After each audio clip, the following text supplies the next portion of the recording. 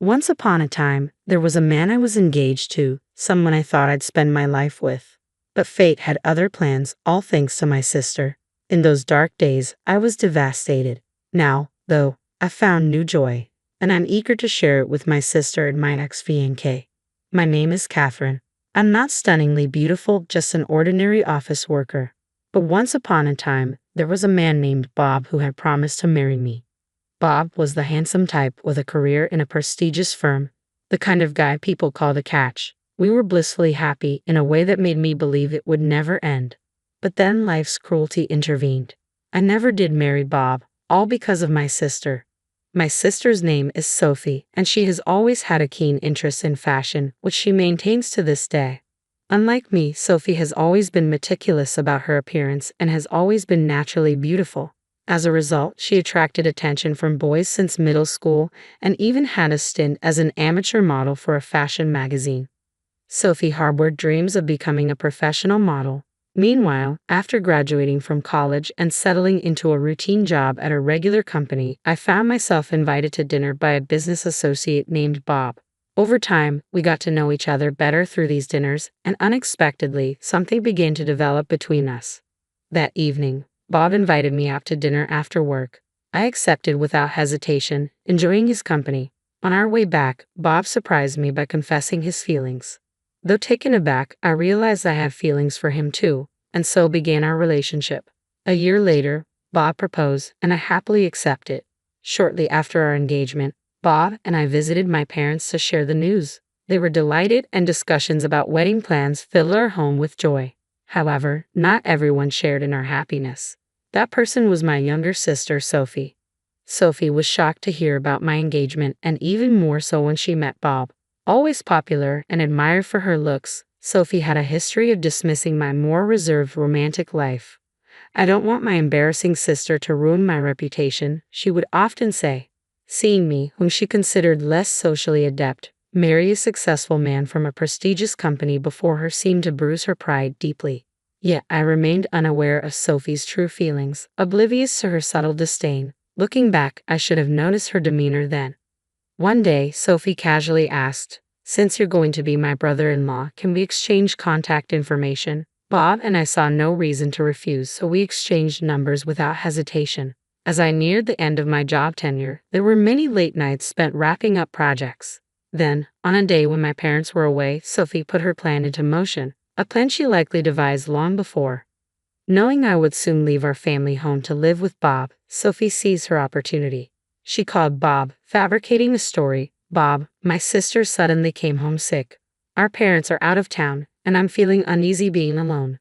Could you come over?" Deceived by her ruse, Bob, who was just finishing work, rushed to our house without suspecting anything amiss. I rushed over because I heard Catherine was ill. "Where is she?" Bob's concern was palpable, and naturally, he assumed I was home. But Sophie quickly admitted, "I'm sorry, Bob. I lied to you. My sister isn't sick, she's still at work." Instead of anger, Bob responded with a puzzled expression. "Why would you lie about that?" Sophie, visibly nervous, began to explain. Meanwhile, after finishing my workday, I arrived home to an unexpected sight. Bob was there. Despite the surprise, I greeted him cheerfully. "Oh, you're here. What's up?" Little did I know, this moment would soon bring the deepest despair and sadness I had ever known. "Catherine, I'm sorry. I think we should break up." Bob's words hit me like a sudden storm.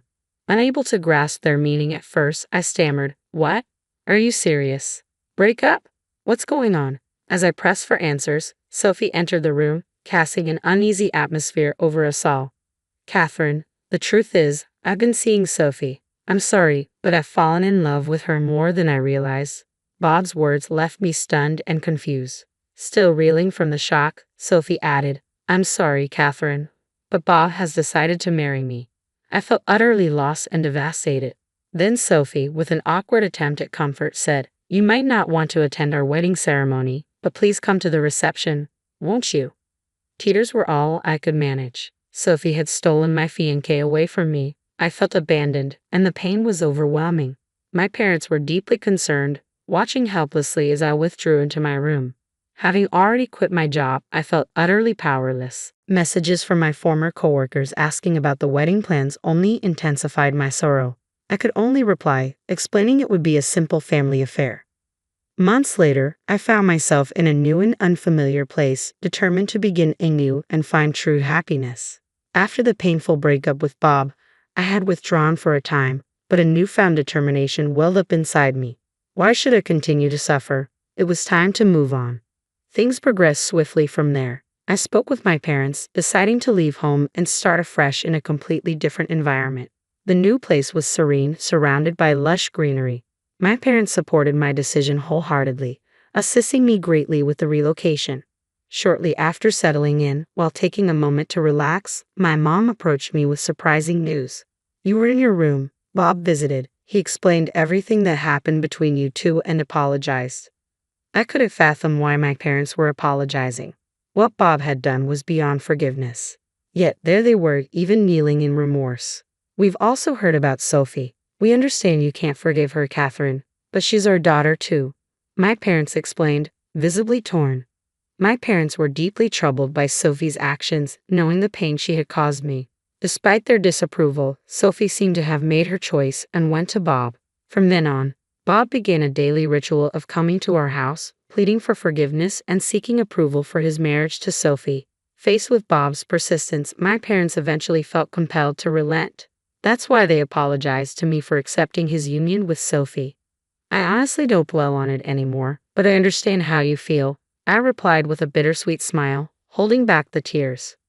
My mom was visibly emotional, while my dad wore a pained expression of apology. Despite everything, I reassured him, "When I have children, I'll lean on you both a lot." Their faces softened into smiles at my words.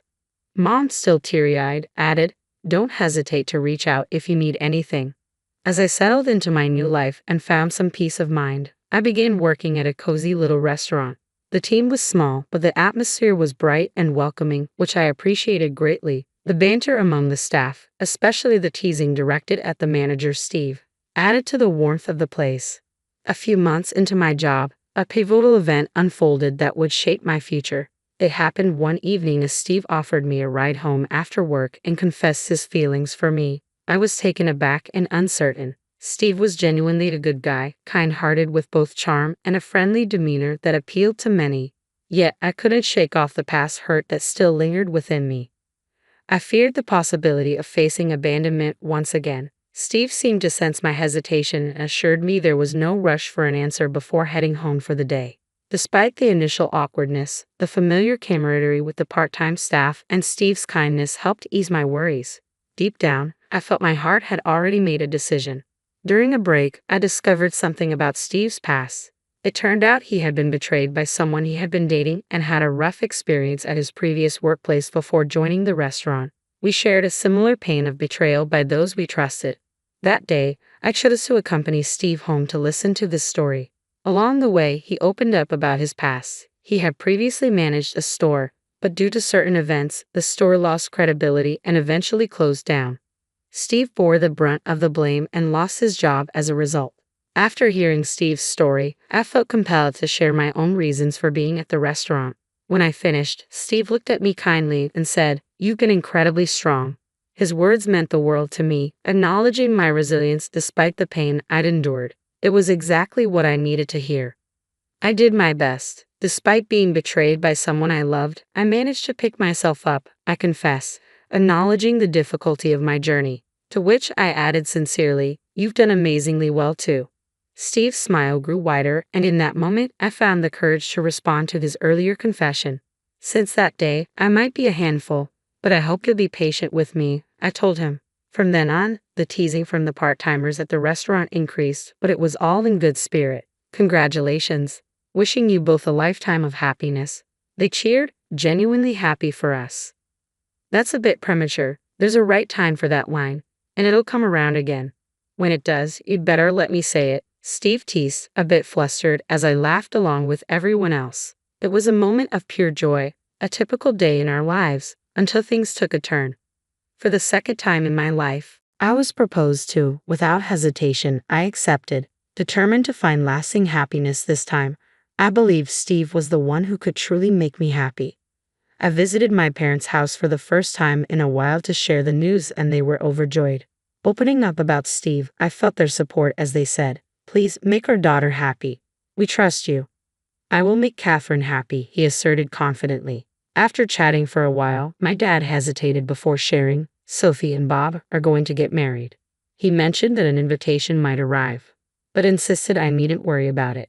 Truthfully, I wasn't bothered. I was too wrapped up in my own happiness.